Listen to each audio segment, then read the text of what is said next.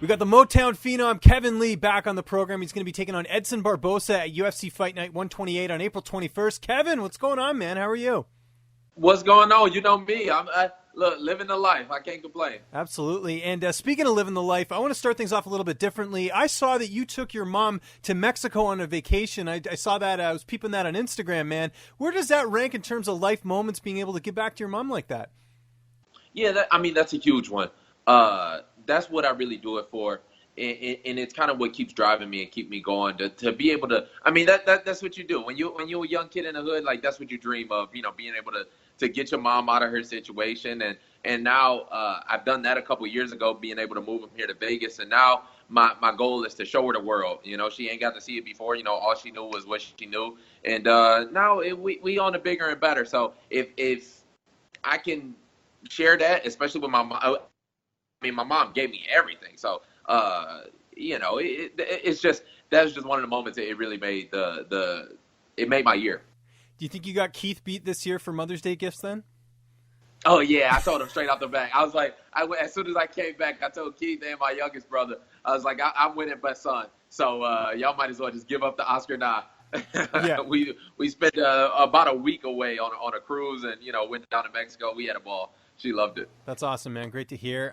We haven't seen you in a while, of course, not since October, and you've been doing a lot, man. First off, we got to talk about your new management. You're with CAA, obviously one of the top, just firms in general to be represented by. How did this all come together with you, signing with them?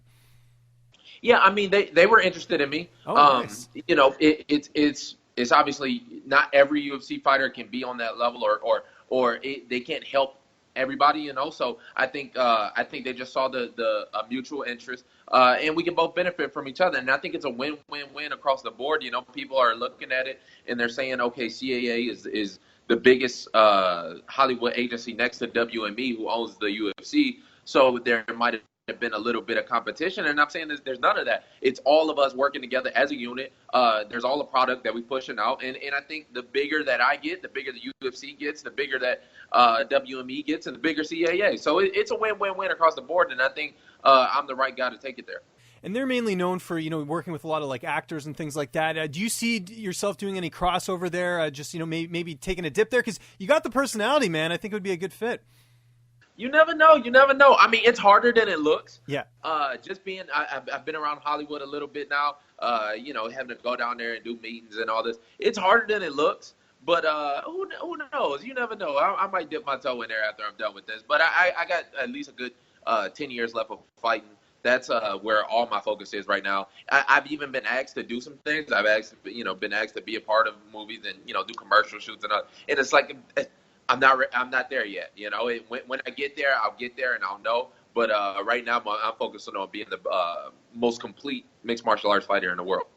Of course, I saw you at UFC 218. You were there, just hanging out, doing some media and stuff like that. And I know one of the things you talked about in that media scrum was, making sort of a custom training camp. What is training camp going to look like for this fight? Because I know you wanted to bring in some coaches and, sort of mix things up a little bit. Yeah, I've really just kind of looked at my surroundings here in Vegas. I mean, Vegas is there's resources for everything. So I've kind of looked at my surroundings here and seeing what I can make the best of. So I brought on another guy, Montel Williams, who's going to be helping me break down film. He's helping me with my strategy for the fight. Of course, I've got Dewey Cooper that's still going to be in my corner. He's been in my corner for the long run. He's my striking coach. He knows the finer details of the game. Then I've got Corey Goodwin, who's going to be, managing my body, making sure that I show up healthy, make sure I show up on shape, and making sure that I make the weight on and safely. So I feel like I built a team of world-class guys, even though, it obviously there is a big piece missing with Rob Fowler being gone.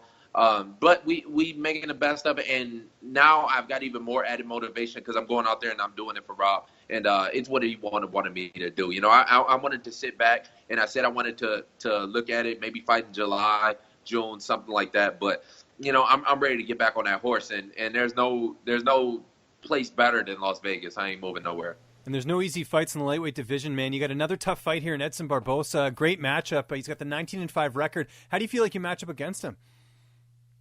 I feel like it's a good fight. I said it from the beginning. I had a lot of options in this, and Edson was right up there with the top of them. I feel like Edson was the best option because he was the toughest fight. I mean, Edson's hands down been the best striker at lightweight for years now. You know, the only other one you could say was Anthony Pettis, and he beat Anthony pretty decisively. So, I mean, it's the best striker in the division. It's the biggest challenge out there for me. And the folks know I love a challenge. I'm not one of these guys that kind of sit back and just look for the money fight or look for an easy fight and get an easy win or try and rebuild my confidence. I want to hop right back in there with the shark. And Edson's up there. And I feel like my style matches up really good against him. And he's the type of guy that I'm gonna be able to show off some new things in my game. And I promised the folks a brand new Motown phenom when I come back, and that's what I'm gonna give to him. Do you feel like the fight he had with Khabib, do you feel like maybe heading into this one you're catching him at a good time, just because that was a pretty big beatdown? I mean, a lot of guys wouldn't have survived that. That's true, and I mean he didn't take a lot of time off after that. But Edson's been around the game for a long time. You know, he's got a lot of fights, so I'm looking at it. He was doing good in that fight. You know, Khabib just kind of charged for it. Khabib just kind of tanked him over. I mean, you got to give it to Khabib for doing his job. But, I mean, I feel like it's going to – there's two ways that could play out. It could either make Edson go into a shell, or it could really – you know, his next fight could be the big standout. And I'm either one of those is a win-win for me. You know, if it's a big standout for him, if he's trying to make a statement, then we're going to put on a great fight for the fans. If not, then I'm gonna run his ass over way more than a Russian tank. I'll tell you that. For sure. We built American over here. Yes, absolutely. I'm for the D.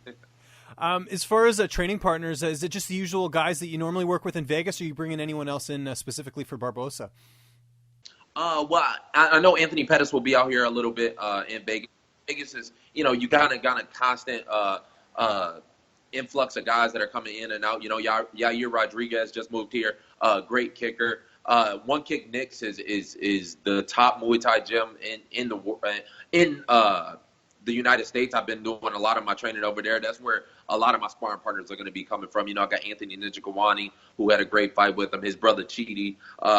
There's a couple of other Muay Thai fighters over there that I'm using too. So I feel like I've got a good stable of guys that I'm able to use that can really replicate that style. But in the end, it's just going to be me going out there, and I'm going to get the job done. I'm going to whoop this boy's ass. That's why I took the fight. As soon as they offered it to me, my face kind of lit up because it's a big challenge, but I'm going to whoop that boy ass. I heard you ran into Michael Chess at the Performance Institute. Yeah. I've seen Mike around here a couple times. I ran into him this morning. I got done training. As I'm training, he's walking by and tries to flip me off. He's flipping you off. I know. That's what he told me. I waved to him.